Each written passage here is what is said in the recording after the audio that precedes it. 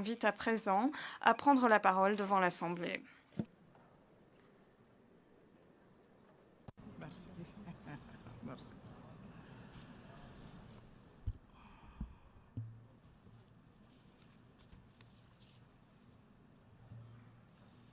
Madame la Présidente,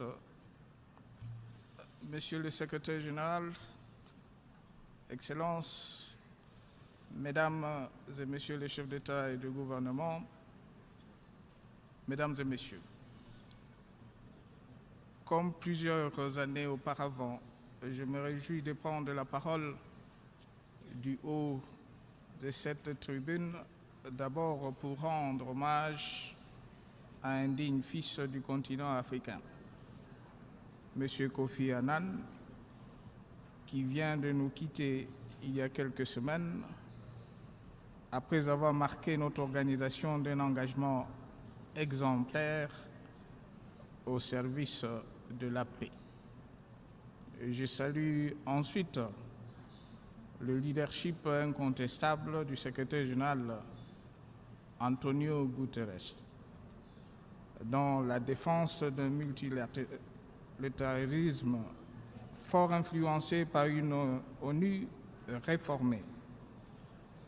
En même temps, j'adresse mes très vives et chaleureuses félicitations à vous, Madame la Présidente, pour votre brillante élection, reconnaissance évidente de votre expérience en qualité de diplomate. Madame la Présidente, lors de mon intervention à la 72e session ordinaire de notre auguste Assemblée, j'avais brossé la situation interne de mon pays en affirmant sur le plan sécuritaire que grâce aux efforts entrepris, nous avions réussi à inverser la tendance dangereuse au centre du pays et à améliorer significativement la situation. Pendant qu'au nord-est, les efforts méritoires fournis par les forces de défense et sécurité nous permettaient de contenir les attaques terroristes. Aujourd'hui, la paix se consolide au centre du pays. En témoigne la réinsertion très avancée de familles qui avaient été forcées de se déplacer à l'intérieur du territoire national ou de s'exiler dans les pays limitrophes du fait de violences déplorées. Le défi de la sécurité reste cependant entier dans la région du Nord-Est à cause de la persistance des activités terroristes qui n'ont pas endeuillé seulement le territoire de Béni le 23 septembre dernier, mais aussi d'autres pays de la région. En tout état de cause, ces attaques qui constituent un défi de plus à tous ceux qui ont à cœur la défense d'un monde libre, débarrassé de toute violence aveugle, ne nous empêcheront pas de poursuivre notre action en faveur de la paix et de la stabilité de notre pays et surtout d'engager d'autres efforts supplémentaires en vue de la sécurisation du processus électoral en cours.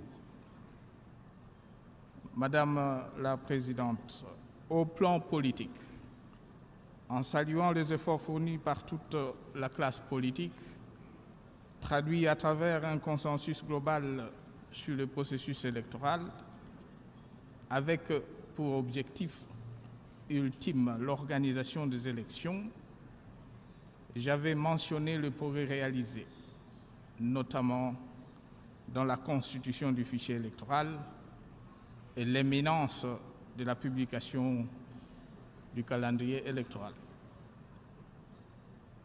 En dépit des défis énormes qui jonchent encore son parcours sur tout le plan, comme l'année passée, je réaffirme le caractère irréversible de la tenue des élections prévues à la fin de cette année. Ainsi, la situation politique de mon pays gagne en lisibilité. Toutes les échéances prévues au calendrier électoral en vue de prochains scrutins étant à ce jour tenues. Tout sera mis en œuvre afin de garantir le caractère apaisé et crédible des dits scrutins, gage de la consolidation de la stabilité politique et économique dont la République démocratique du Congo a tant besoin pour son émergence. Madame la Présidente, faire de l'ONU une organisation pour tous, une force mondiale fondée sur des responsabilités partagées au service des sociétés pacifiques, équitables et durables.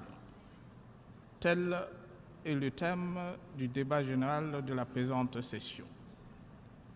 Cela suggère un regard sans concession sur notre organisation en invitant ainsi chaque État membre à valoriser sa contribution au bénéfice de la collectivité universelle et à protéger les valeurs qui font des Nations Unies le rempart de la solidarité, de la paix et du progrès partagé face aux profondes mutations survenues sur la scène internationale, marquées par l'émergence de nouveaux pôles de développement et l'apparition de nouvelles menaces, dont certaines ont des répercussions planétaires.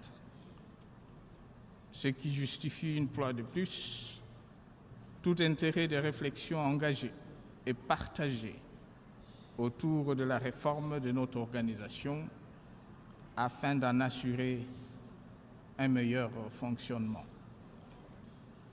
Pour autant, l'efficacité de notre organisation dans ce nouveau contexte demeure également tributaire de sa capacité à préserver les idéaux sur lesquels repose l'édifice de l'équilibre mondial issu de San Francisco. Madame la Présidente, nous ne saurons pas faire de l'ONU une organisation pour tous si l'ingérence caractérisée de certains gouvernements dans les affaires relevant sans aucun doute de la politique intérieure des États, en violation des règles qui la régissent, est dangereusement tolérée, sinon banalisée.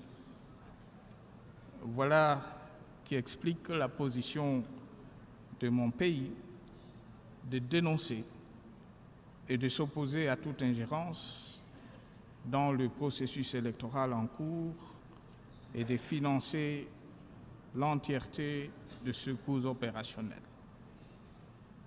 Par ailleurs, mon pays exige le retour aux fondamentaux en matière de démocratie et de droits de l'homme, un des sujets à la base de la diplomatie à géométrie variable, instrumentalisée à outrance par certains pour affaiblir sciemment des pays qui ont pourtant décidé de se tourner résolument vers le progrès.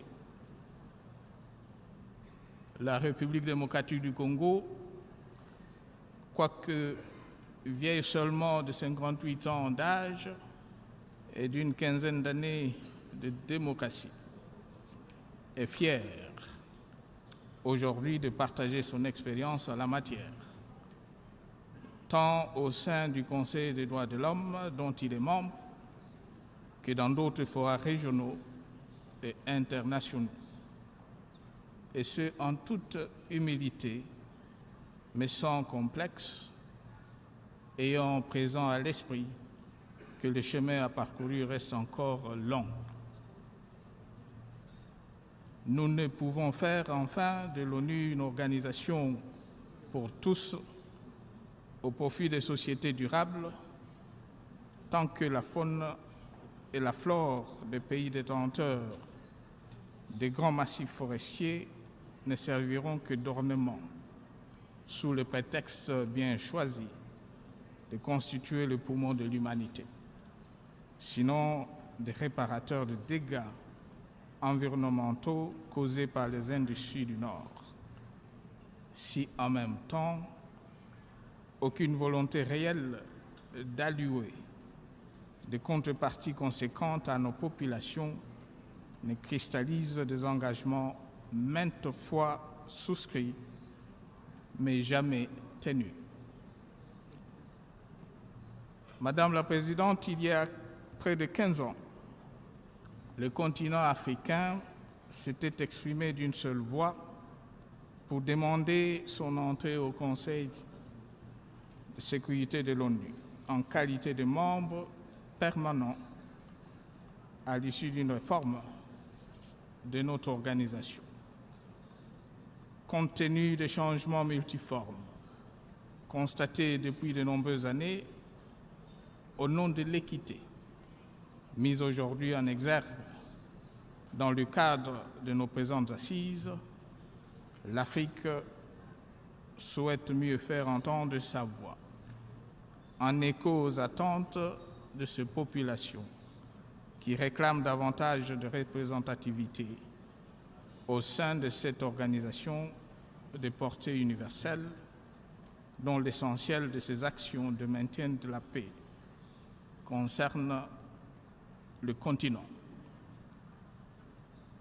Aussi, 20 ans après le déploiement des forces onusiennes dans mon pays et en raison de leurs résultats largement mitigés au plan opérationnel, mon gouvernement réitère son exigence du début effectif et substantiel du retrait de cette force multilatérale.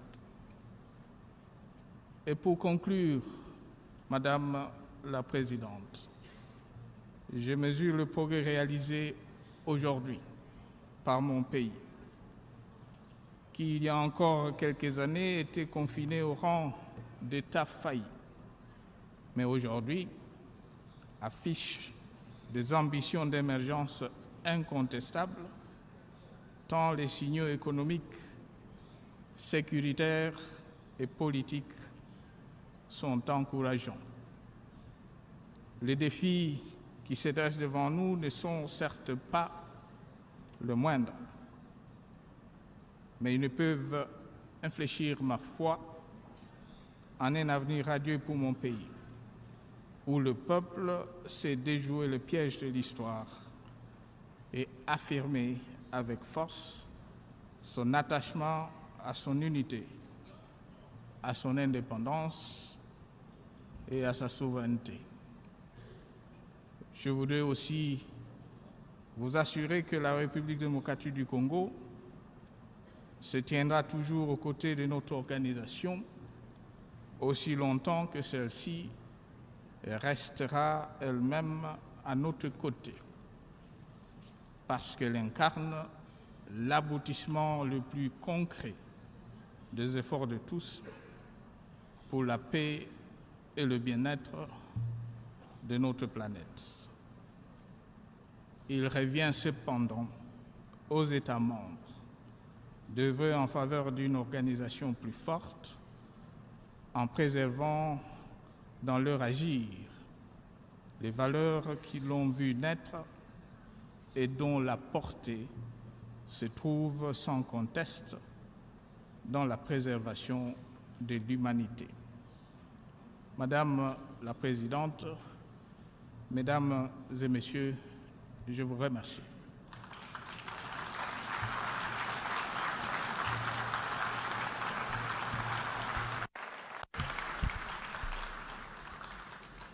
On behalf of the Au nom de l'Assemblée générale, je tiens à remercier le président de la République démocratique du Congo de son allocution qu'il vient de prononcer. J'invite les représentants à rester assis alors que nous allons saluer le chef d'État.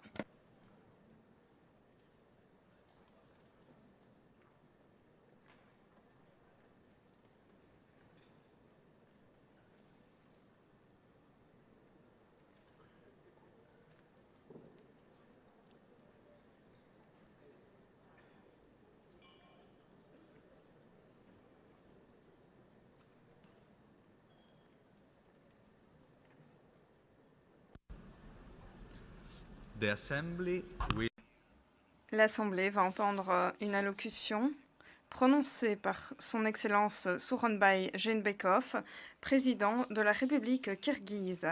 J'invite le protocole à accompagner son Excellence.